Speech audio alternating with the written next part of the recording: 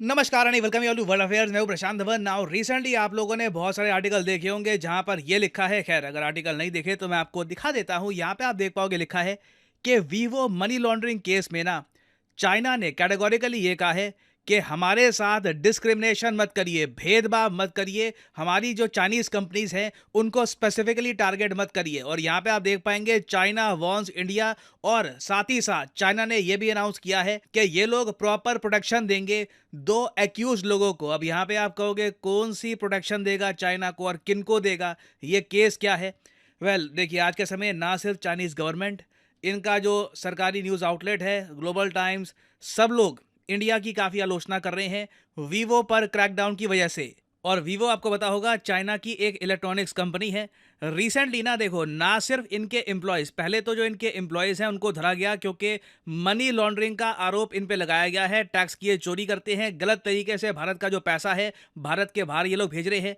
तो जो इनके एम्प्लॉयज़ हैं पहले इनको धरा गया, और उसके बाद जो आज के समय वीवो के इंटरिम सीईओ हैं और सीएफओ हैं, दोनों को अलग से धरा गया under prevention of money laundering act. ये एक बहुत ही इंपॉर्टेंट बात है। इंडिया ने एक मैसेज सेंड किया दुनिया को कि कंपनी चाहे जितनी भी बड़ी हो, इंडिया में अगर आप हमारे जो टैक्स लॉज हैं, जो मनी लॉन्ड्रिंग के लॉज हैं, इनको फ्लाउंड करोगे तो हम आपको सजा देंगे। तो ये न्यूज़ जब चाइना में पहुंची कि चाइनीज कंपनी के जो इंटरिम सीईओ और सीएफओ हैं दोनों को ही धर लिया गया, उसके बाद से हमने देखा है कि चाइना बहुत ज़्यादा गुस्सा है और ये कह रही है कि ये लोग अपने सीएफओ और सीईओ को प्रॉपर लीगल प्रोटेक्शन देंगे। जो भी इनके वकील का खर्चा आएगा सब कुछ चाइना की सरकार उठाएगी। मगर जहां तक मैं चाइना की स्टेटमेंट्स को एनालाइज कर पा रहा हूं ना, मेन इनका कंसर्न ये है कि जो बहुत सारी चाइनीज कंपनीज ने प्रॉपर पकड़, एक आप कह लीजिए रूट्स जमा ली है इंडियन मार्केट में, इनका शेयर है सेल्स में, ये बिल्कुल रिमूव ना हो जाए भविष्य में। क्योंकि अभी के लिए आप अगर देखो 2023 का जो तीसरा क्वार्टर है उसमें हम मार्केट शेयर देखें स्मार्टफोन्स का कि किस कंपनी का कितना दबदबा है, तो नंबर 1 पे बिल्कुल आपको सैमसंग मिलेगा, नंबर 2 पे आज भी रियलमी है, फिर वीवो आता है, थर्ड मोस्ट सेलिंग आप कह लीजिए स्मार्टफोन ब्रांड है इंडिया में, फिर शाओमी है, ओप्पो है, वन प्लस है। आप कह लीजिए 2 से लेकर 6 तक ना, इवन आप कह लीजिए 7 तक कंप्लीट डोमिनेशन आपको दिखेगी। फिर उसके बाद आता है Apple. Apple of course since इनके जो फोन्स हैं रिलेटिवली बहुत महंगे होते हैं तो बहुत सारे लोग इनके फोन्स परचेज करना पसंद करते नहीं है। इवन दो मैं कहूंगा सिंस इंडिया में एप्पल अब अपनी जो मैन्युफैक्चरिंग है बढ़ा रहा है, तो इससे एप्पल को भी उम्मीद है कि कल को इंडिया में ये सेल्स भी अपनी बढ़ा पाएंगे। बट अभी के लिए जो मार्केट शेयर है एप्पल का इंडिया में ये बहुत लिमिटेड है। और पिछले कुछ महीनों में आप देखोगे ये सारी जो कंपनीज हैं शाओमी, रियलमी, ओप्पो, वीवो, सब पे ये आरोप लगे हैं कि इन्होंने हजारों करोड़ रुपए का इंडिया में टैक्स पे किया नहीं है। टोटल आप कह लीजिए जो कस्टम ड्यूटी है इसका अमाउंट भी 8,000 करोड़ रुपीस तक पहुंचता है। हम यहां पर $1 बिलियन के आसपास की बात कर रहे हैं। इतना अमाउंट इन लोगों ने इवेड किया है पिछले 5 सालों में। तो ईडी इस पर काम कर रहा है, कई एजेंसी इस पर काम कर रही है, इन्वेस्टिगेशन हो रही है। तो चाइना देखिए यहां पर प्राइमरली इस बात की कंप्लेन कर रहा है कि सिर्फ चाइनीज कंपनीज को ही ज्यादा इसमें टारगेट क्यों किया जा रहा है। इसका आंसर सिंपल है, परहैप्स सिर्फ चाइनीज कंपनीज ही ये गलत काम कर रही हैं, तो इसलिए वही ज्यादा न्यूज में सामने आ रही है। बाकी इनकी थ्योरीज ये है कि कैटेगोरिकली चाइना को टारगेट किया जा रहा है इंडिया में जियोपॉलिटिकल इश्यूज की वजह से। और यहाँ पे आप देख पाएंगे ग्लोबल टाइम्स का जो आर्टिकल है यहाँ पर भी आपको सेम बात दिखेगी। The unfair and discriminatory treatment of Chinese companies operating in India reflects that the Indian side keeps politicising economic issues. ना इन लोगों के हिसाब से इकोनॉमिक इश्यूज अलग रखने चाहिए और जो पॉलिटिकल इश्यूज हैं, जियोपॉलिटिकल इश्यूज, बॉर्डर पे जो भी हो रहा है उसको अलग रखो ना। अब ये इनका ओपिनियन है, बाकी मुझे लगता भी नहीं है कि जियोपॉलिटिकल इश्यूज की वजह से ही चाइनीज कंपनीज को कैटेगोरिकली टारगेट किया जा रहा है। आगे देखो चाइना का सरकारी मीडिया ये भी कहता है कि जो इंडिया का एंडलेस क्रैकडाउन है, क्योंकि इनको तो एंडलेस ही दिख रहा है, ठीक है, पहले शाओमी फिर वीवो, एक के बाद एक जो चाइनीज कंपनीज हैं सबको धरा गया है। तो ये लोग कह रहे हैं कि जो एंडलेस क्रैकडाउन है ऑन चाइनीज एंटरप्राइजेस, इससे दोनों कंट्रीज की, इंडिया और चाइना की जो बायलैटरल और इकोनॉमिक कोऑपरेशन है इसको ही झटका लगेगा और इनके हिसाब से इंडिया की एक इमेज बन जाएगी as a graveyard for foreign companies.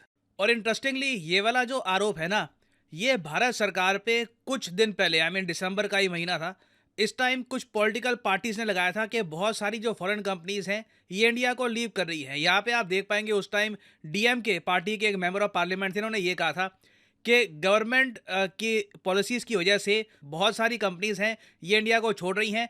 एक टाइम पर जितनी न्यू कंपनीज आ रही है ना, उसके कंपैरिजन में पुरानी कंपनी ज़्यादा इंडिया को लीव कर रही हैं। और इन्होंने कैटेगोरिकली ये डेटा भी प्रोवाइड किया कि 2018 से लेकर 2023 के बीच में 559 फॉरेन कंपनीज हैं जो इंडिया में जिन्होंने अपना बिजनेस रैप अप करके वो लोग चले गए। इसके कंपैरिजन में सिर्फ 469 कंपनीज थी जिन्होंने इंडिया में अपने ऑपरेशन स्टार्ट किए हैं ना। इसके रिस्पॉन्स में भारत सरकार ने उस वक्त ये कहा था कि देखिए अब हो क्या रहा है कि फॉरेन कंपनीज डायरेक्टली इंडिया में अपना खुद का बिजनेस स्टार्ट नहीं कर रही, वो काफ़ी बार पार्टनरशिप कर रही हैं लोकल पार्टनर्स के साथ, इंडियन कंपनीज के साथ। और ओवरऑल आप अगर देखोगे तो इंडिया में जो फॉरेन डायरेक्ट इन्वेस्टमेंट है, टोटल जो पैसा है, ये एक्चुअली बहुत ज़्यादा बड़ा है। यहाँ पे आप देख पाओगे उन्होंने ये कहा है कि the FDI has increase by US dollars 9,000 million dollars since 2018। तो जो चाइना की ये वाली स्टेटमेंट है ना कि इंडिया में कंपनीज लीव कर रही है, दूर से आप देखोगे टेक्निकली आप कह सकते हो ठीक है, मगर एट द सेम टाइम हम ये बात इग्नोर नहीं कर सकते कि एफडीआई इंडिया में बहुत ही ज्यादा बड़े स्केल पे आ रहा है। और आगे देखो चाइना का सरकारी मीडिया ये भी कहता है इंडिया को मेन इस बात का काफी कॉन्फिडेंस है कि एप्पल इंडिया में मैन्युफैक्चरिंग करनी स्टार्ट कर रहा है। तो अब ये बहुत अच्छा टाइम है कि इंडिया क्रैकडाउन करे चाइनीज कंपनीज पर। बट ये जो व्यू पॉइंट है इनके हिसाब से, ये सारी बातें इनकी है, इनके हिसाब से ये जो व्यू पॉइंट है ये बहुत ज़्यादा शॉर्ट साइटेड है। और एक्चुअली अगर चाइनीज़ फ़ोन्स इंडियन मार्केट में ज़रा फ्लरिश करेंगे तो कंपटीशन बढ़ेगा, एप्पल पर भी प्रेशर आएगा। तो देखिए ये सब इनकी यहाँ पर बातें लिखी हुई है। और मेन जो क्रक्स है चाइना का वो यही है कि जियो पॉलिटिकल गेम्स हमारे साथ मत खेलिए, आप अफोर्ड नहीं कर पाएंगे। ये मेन जो भी चाइना के एक्सपर्ट्स हैं बार बार दोहरा रहे हैं कि जो ये मोबाइल फ़ोन कंपनीज पे क्रैकडाउन है ना, ये एक जियो पॉलिटिकल गेम का पार्ट है। और आप अगर चाइनीज़ गवर्नमेंट की तरफ से जो स्टेटमेंट है ना वो देखोगे तो वहाँ पे जो चाइनीज़ गवर्नमेंट के स्पोक्समैन हैं उन्होंने ये कहा है कि we support Chinese smartphone makers including Xiaomi and Vivo to protect their legitimate rights and interest through legal channels. Now एक बहुत ही इंटरेस्टिंग बात यह है, इन्होंने आगे ये भी ऐड किया कि चाइना के पास काउंटर मेजर्स भी हैं अगर ज़रूरत आन पड़ी तो पहली बार मैं देख रहा हूँ चाइना ये कह रहा है कि कल को अगर इन्हें भी इंडिया के अगेंस्ट कुछ एक्शन लेना पड़े इस इशू को लेकर तो ये लेने को तैयार होंगे ना। मुझे लगता नहीं है ज़रा कुछ ये कर पाएंगे क्योंकि इंडिया को ज़्यादा एक्सपोर्ट करता नहीं है चाइना को, सिवाय रॉ मटेरियल्स के। तो this will be very interesting to see. मेरे हिसाब से अगर चाइना में ये धारणा लगातार अगर बढ़ती गई कि इन्हें सिर्फ टारगेट किया जा रहा है जियो पॉलिटिकल रीजन की वजह से और कुछ एक्चुअल इन्होंने लॉ नहीं तोड़ा, तो ये लोग हो सकता है कि कुछ बड़ा एक्शन ले भी ले। बट इंपॉर्टेंट ये है कि चाइना यहाँ पर ये समझे कि इंडिया एक रूल ऑफ लॉ कंट्री है और कल को कोई भी कंट्री टैक्स को लेकर इवेजन करेगी या फिर रूल्स तोड़ेगी तो उनके ऊपर इन्वेस्टिगेशन होगी। It is very normal. और फाइनली यहाँ पे मैं आपसे पूछूंगा एक क्वेश्चन। इस क्वेश्चन से रिलेटेड मैं एक पूरी वीडियो बना चुका हूँ, तो उम्मीद करता हूँ कि आप सब लोग इसका आंसर कर पाओगे इजीली कमेंट सेक्शन में। क्वेश्चन यहाँ पर यह है कि हाल ही में किस कंट्री के प्रेसिडेंट अब कंफर्म हो चुके हैं as the chief guest for India's Republic Day celebrations. बताइए यहाँ पर सही उत्तर क्या है, फ्रांस, यूएसए, ब्राजील या फिर रशिया। कमेंट सेक्शन में करिए उत्तर। जो लोग सही आंसर करेंगे कोशिश करूंगा कि उनकी कमेंट को मैं हार्ट दे दूं ताकि बाकी लोग समझ पाएं कि सही उत्तर क्या है। और अनअकैडमी के देखिए ऑफर चल रहे हैं आज के समय। ये जो ऑफर्स हैं इनको आप यूज कर सकते हैं टू गेट डिस्काउंट। तो कमेंट सेक्शन में लिंक आपको मिल जाएंगे। आप यहाँ पर कोर्स ओपन करके you can use the code PD10 और आपको डिस्काउंट मिल जाएगा। और जो सेल्स टाइम टू टाइम आती रहती है इनका भी आप लाभ उठा पाएंगे। So this is the end of the video. Thanks for listening and as always may the gods watch over you.